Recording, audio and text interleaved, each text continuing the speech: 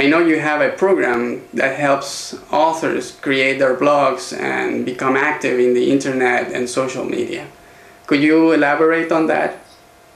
Yes, so I absolutely love blogging. It's totally changed my life. So basically I went from someone who started a blog in order to sell a book and now my blog it's marvelous. I think as writers and as bloggers, we like to help people, and what I really love is putting stuff out there that I'm experiencing and finding that it does help other people. So I actually find now my blog is much more than just a marketing tool, although I can safely say that 100% of my income on the Creative Pen and the books I sell and the courses all come from my blog. So basically it's a great marketing tool, but it's also a great relationship tool.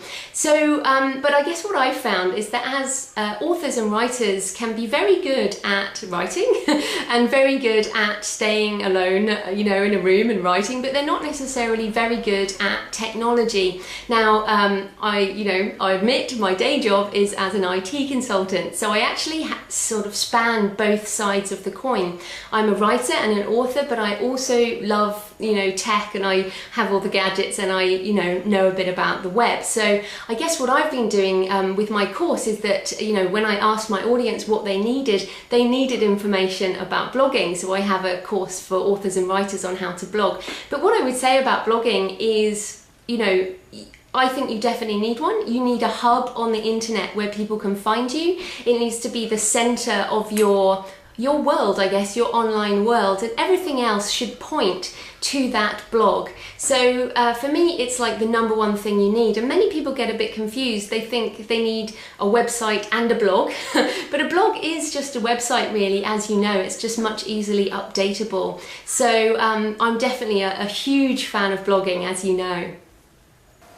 That brings me to a very common question I get from authors that are also my readers.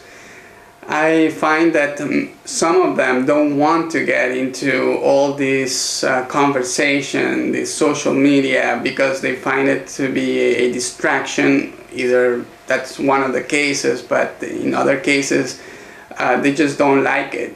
And they say to me that they are frustrated because they find that it's very hard to be of interest to publishers if you don't demonstrate that you have a readership. And so I don't know what to answer to that. What are the options for authors that are not really into technology, that they just want to stay in the traditional world where they are in front of their computers or typewriters and writing away without really bothering with sales aspects of their craft? There are two answers to that. One is, of course, there's still a space for people who just write, and those people will stay in that traditional model, and possibly they will get a book deal, and perhaps they will one day. I don't know, I can't really comment on that, but those people are not being proactive in putting themselves out there. And I think these days you stand a better chance of being a successful author if you do put yourself out there. So basically you then have two choices. One, you learn and you do it yourself. That's if you basically have more time than money. And then if you actually have more money than time, or you would like to invest in someone else doing it, then you can employ other people to do these things for you. So you can find someone else who can build your blog. You can even find someone who can do your Twitter if you like, or your Facebook or whatever, but that's going to cost you money. Now, most writers and authors are not very rich. Let's face it, it's not a massive way of making money. So I actually find, personally, I got into all this stuff because I had a book and it wasn't selling, and I wanted to sell some books. So I got into it, and I found that blogging and Twitter and doing podcasting for me has actually made the difference, and I actually sell books as well as courses and speaking and other things. All of that has stemmed from getting online and doing it myself. So I can really only speak from my own experience as someone who, I guess, reluctantly went into it, but then absolutely love it and enjoy it. So I think that's the other problem with some of these sites, is people don't get it. They think it's a waste of time.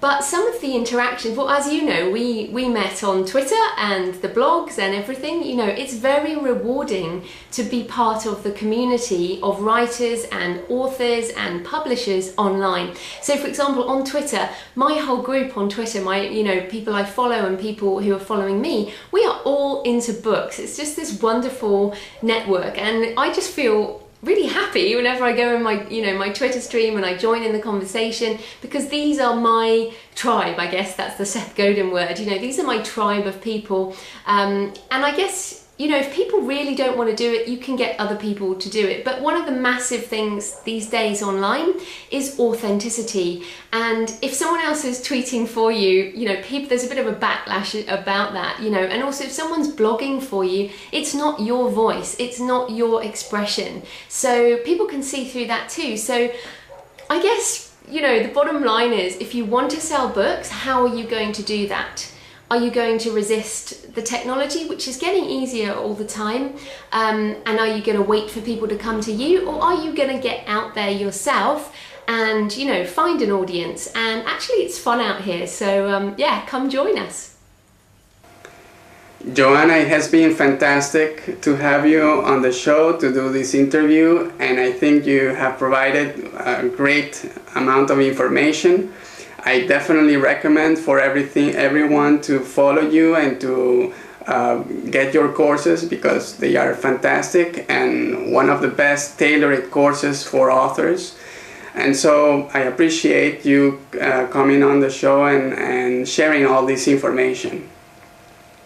Thank you so much for having me, Javier. It's really great.